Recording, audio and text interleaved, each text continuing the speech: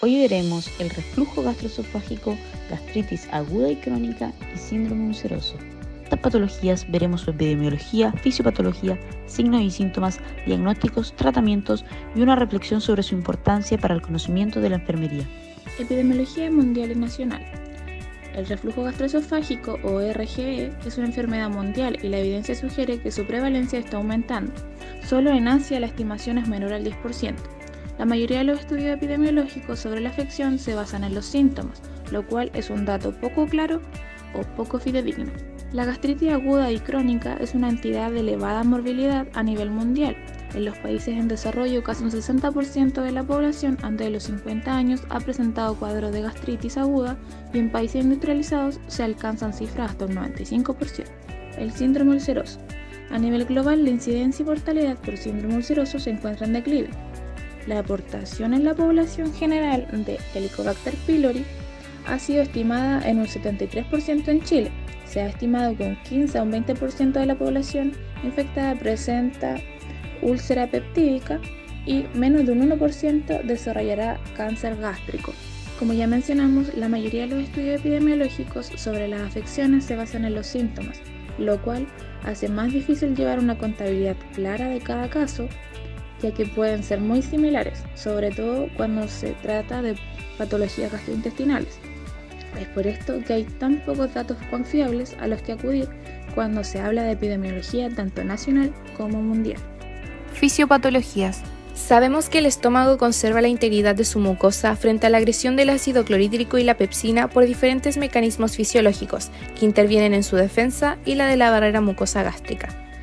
Para poder entender cada una de las fisiopatologías que vamos a ver, conoceremos principalmente cuáles son los factores agresivos, exógenos y protectores endógenos de la barrera mucosa gástrica, los cuales reflejan la capacidad que tienen de protegerse de los efectos nocivos dados por los factores agresivos. Como factores agresivos podemos encontrar el ácido clorhídrico y pepsina, Helicobacter pylori, AINES, irritantes gástricos, tabaco, alcohol y radiación.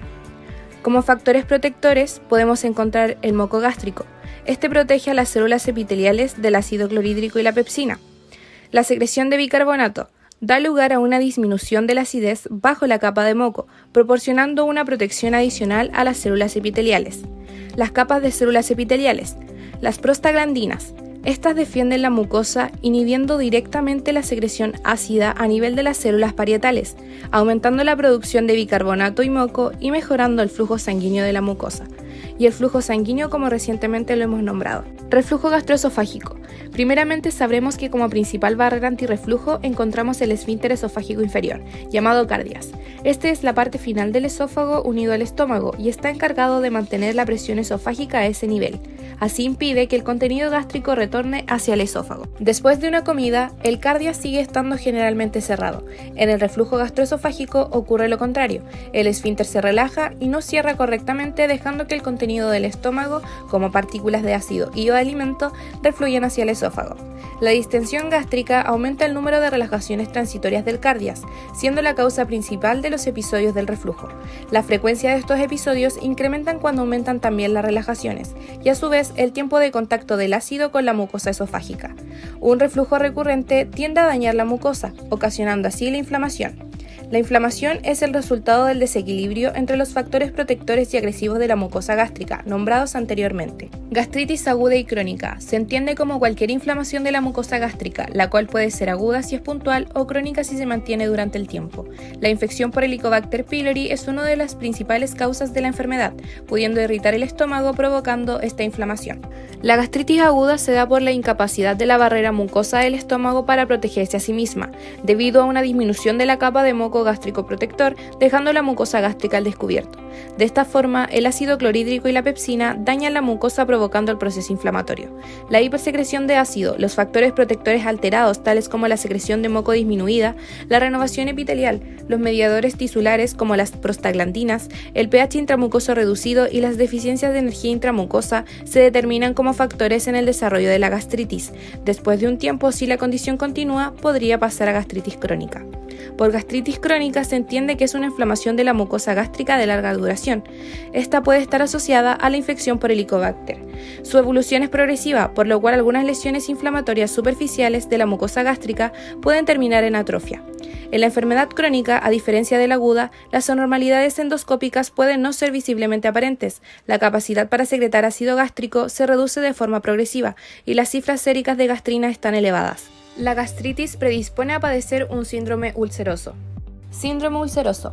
En comparación con la gastritis, son enfermedades distintas, pero están relacionadas ya que ambas son lesiones en el estómago. Mientras que la gastritis consiste en una inflamación del revestimiento que recubre interiormente el estómago, la úlcera es en realidad una herida más o menos profunda. Y como ya lo hemos entendido con las otras fisiopatologías, lo que ocurre a nivel fisiológico es un desbalance entre factores agresivos y protectores de la mucosa, siendo el principal motivo por el cual se producen las ulceraciones en la mucosa gástrica. Aquí la bacteria Helicobacter pylori afecta directamente, ya que infecta el estómago en el epitelio gástrico humano, y el ácido estomacal daña el revestimiento del tracto digestivo, ambas contribuyendo al desarrollo de la úlcera. Se establece de igual forma que existe una inhibición de la síntesis de prostaglandinas debido a los fármacos AINES, convirtiéndose en un mecanismo de lesión gástrica, ya que las prostaglandinas son un factor de protección de la mucosa en dicha zona. Se demuestra que el uso de inhibidores COX-1 se asocia con mayor riesgo de presentar úlcera gástrica en comparación a los inhibidores selectivos COX-2. Lo que aquí ocurre es una disminución de factores protectores de la mucosa, el moco gástrico, el bicarbonato, el flujo sanguíneo, las prostaglandinas y las uniones intercelulares, los que tienen un rol fundamental en la patogenia. La secreción de ácido en estos pacientes es variable, siendo la disminución en factores de defensa el principal mecanismo de formación. Así entendemos que dependiendo del grado de desequilibrio se desarrollará una gastritis de intensidad variable y en casos más graves una ulceración franca de la mucosa, pudiendo coexistir o no ambas lesiones. La bacteria Helicobacter pylori es un agente infeccioso específico en la predisposición de sufrir una enfermedad acidopéptica, que como vimos recién se incluye la úlcera gástrica y la gastritis. Signos y síntomas. Reflujo gastroesofágico. En él hay dos fundamentales: la pirosis, que es la sensación de quemazón, y la regurgitación, que es el reflujo severo de los alimentos. También está la disfagia, que es la sensación de que los alimentos se atajen y cuesta que bajen. Hay náuseas y síntomas extraesofágicos, que son dolor torácico y tos crónica, cuando el reflujo gastroesofágico lleva mucho tiempo. En la gastritis aguda hay dolor abdominal, náuseas y vómitos, acidez estomacal y pérdida de apetito. En tanto, en la gastritis crónica hay náuseas y vómitos, sensación de saciedad y dolor abdominal. Finalmente, en el síndrome ulceroso hay pérdida de peso, vómito persistente y dolor después de comer. Esto se debe a la producción de ácido en el estómago. Hay que destacar que tanto en la gastritis aguda, en la gastritis crónica, en el reflujo gastroesofágico y en el síndrome ulceroso hay un síntoma en común, que es la dispepsia. Esto es un malestar en la parte superior del abdomen. Métodos diagnósticos. El diagnóstico inicial del reflujo gastroesofágico se basa en los síntomas. Sin embargo, si estos son diarios o es necesario mantener tratamiento farmacológico por más de 2 o 3 semanas, es necesario realizar estudios para poder determinar si existen complicaciones derivadas por el reflujo, si el reflujo está presente o no, y o descartar otras complicaciones que clínicamente se parecen al reflujo gastroesofágico, pero que varía su pronóstico. El médico puede hacer el estudio de reflujo gastroesofágico por medio de distintas pruebas, como la gastroscopía, que permite saber si se ha producido inflamación esofágica, la manometría esofágica. Mediante una sonda se estudia cómo se mueve el esófago cuando el paciente traga líquidos, para así poder medir lo que es la función motora del esófago. Radiografía con contraste, donde se administra un líquido oralmente que es opaco y se puede ver por rayos X, y esto permite estudiar el paso de esófago a estómago y la existencia o no del reflujo hacia el esófago. La pH-metría de 24 horas, que consiste en introducir una sonda por la nariz con un sistema de la punta que detecta el pH existente en el esófago y o en el estómago y permite saber cuándo se producen los episodios de reflujo. En el caso de la gastritis aguda y crónica, aunque es probable que el médico sospeche de esta mediante la sintomatología del paciente, para comprobar la existencia de una gastritis y por sobre todo el origen de esto para determinar el tratamiento más adecuado, es probable que se soliciten distintos exámenes. Entre estos tenemos el análisis de sangre realizado con el objetivo de analizar el nivel de glóbulos rojos y detectar una posible anemia que puede derivar en un debilitamiento del revestimiento del estómago. La gastroscopía, que se utiliza para comprobar el interior del estómago y el estado de las mucosas, o el análisis de heces para verificar la presencia de sangrado, que puede ser un signo de hemorragia digestiva causado por gastritis, y también para poder detectar la presencia de la bacteria Helicobacter pylori. Mientras tanto, en el síndrome ulceroso debe plantearse dos consideraciones principales en su diagnóstico: determinar si los síntomas pépticos son debido a enfermedad ulcerosa péptica o determinar la etiología específica de una lesión ulcerada descubierta por endoscopía. El principal método diagnóstico del síndrome ulceroso es la endoscopía. El estudio endoscópico se hace perentorio en el caso de pacientes con sangramiento digestivo u otros síntomas de alarma, saciedad precoz, disfagia, pérdida de peso o anemia no explicada. Tratamiento farmacológico y no farmacológico. Para las tres patologías se encuentran tratamientos farmacológicos generales en que las tres van a utilizarlo, como los antiácidos que neutralizan el ácido estomacal, sobre todo en el ácido clorhídrico que se encuentra en el estómago, el cual aumenta el pH gástrico. Y estos ácidos principalmente, su principio activo más utilizado es el alginato de sodio y derivados de aluminio y magnesio. Dentro de ellos, el más conocido, el amalgato. Después encontramos los medicamentos que bloquean la producción de ácido y promueven la recuperación, que dentro de ellos son los inhibidores de la bomba de protones. Son benzimidazoles, y esto impide la producción del ácido. Dentro de los más conocidos, el omeprazol y lansoprazol. Luego encontramos los medicamentos para reducir la producción de ácido. Son antagonistas del receptor de histamina 2 y realizan inhibición competitiva y reversible de los receptores de histamina 2 situados en las células parietales gástricas, ya los más conocidos cimetidina, ranitidina. Estos pueden ser conocidos en receta médica y dependerá de las concentraciones necesarias. Aquí veremos tratamientos farmacológicos específicos para las patologías.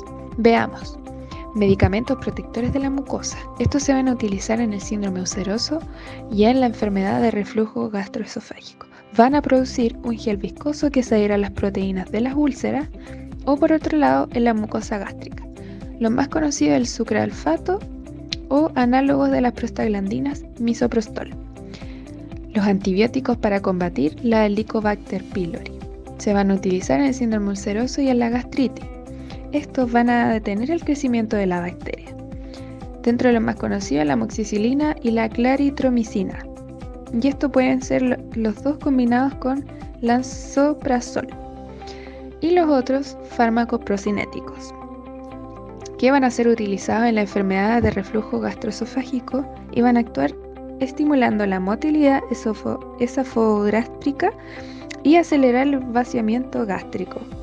Dentro de los más conocidos, el metoclopramida y la domperidona. Vamos a ver ahora el tratamiento no farmacológico. ¿En qué va a consistir? Suspender o reducir la cantidad de medicamentos AINES que esté ingiriendo el paciente, ya que estos van a inhibir la síntesis de prostaglandinas, alterando la respuesta proliferativa de la mucosa y afectará a los mecanismos de regeneración celular. También evitar comidas y bebidas que compliquen el cuadro, sobre todo irritantes o que promocionen la sensación de acidez. En los pacientes que puedan padecer las tres patologías o una de ellas, se les recomienda no beber alcohol, no fumar. También comer porciones pequeñas con más frecuencia. Esto en el caso de la gastritis. Y también está la opción de la cirugía para pacientes en que se les agrave el cuadro y donde el tratamiento no esté siendo efectivo. Reflexionemos sobre las patologías. ¿Por qué es importante para el profesional de enfermería conocer acerca de estas enfermedades? Estas tres patologías mencionadas anteriormente van entrelazadas entre sí, ya que una es la causa de la otra. Por ejemplo, el reflujo gastroesofágico puede causar gastritis si no se trata adecuadamente. Cuando el paciente desarrolla una gastritis crónica, se debe mayormente a una infección por la bacteria Helicobacter pylori. Esta bacteria es uno de los principales factores para desarrollar un síndrome ulceroso. Debido a esto, es muy importante que como profesionales de enfermería conozcamos acerca de las patologías, de qué tratan, sus tratamientos y causas para dar una atención de calidad a nuestros pacientes y así ayudarlos a que mejoren su salud y no presenten patologías más fuertes, como en este caso un síndrome ulceroso. Para poder evitar esta cadena de patologías, tenemos que tratar de manera adecuada desde un principio a un paciente que presente reflujo gastroesofágico, brindarle todos los cuidados necesarios e informarlo para que trate de manera correcta los síntomas que presenta, como por ejemplo con cambios en su dieta, una postura adecuada y no acostarse luego de ingerir alimentos. Si logramos que el paciente cambie su estilo de vida y realice nuestras indicaciones, evitaremos que en un tiempo más una patología como el reflujo gastroesofágico se transforme en algo mayor como un síndrome ulceroso, ya que eliminaremos la causa principal.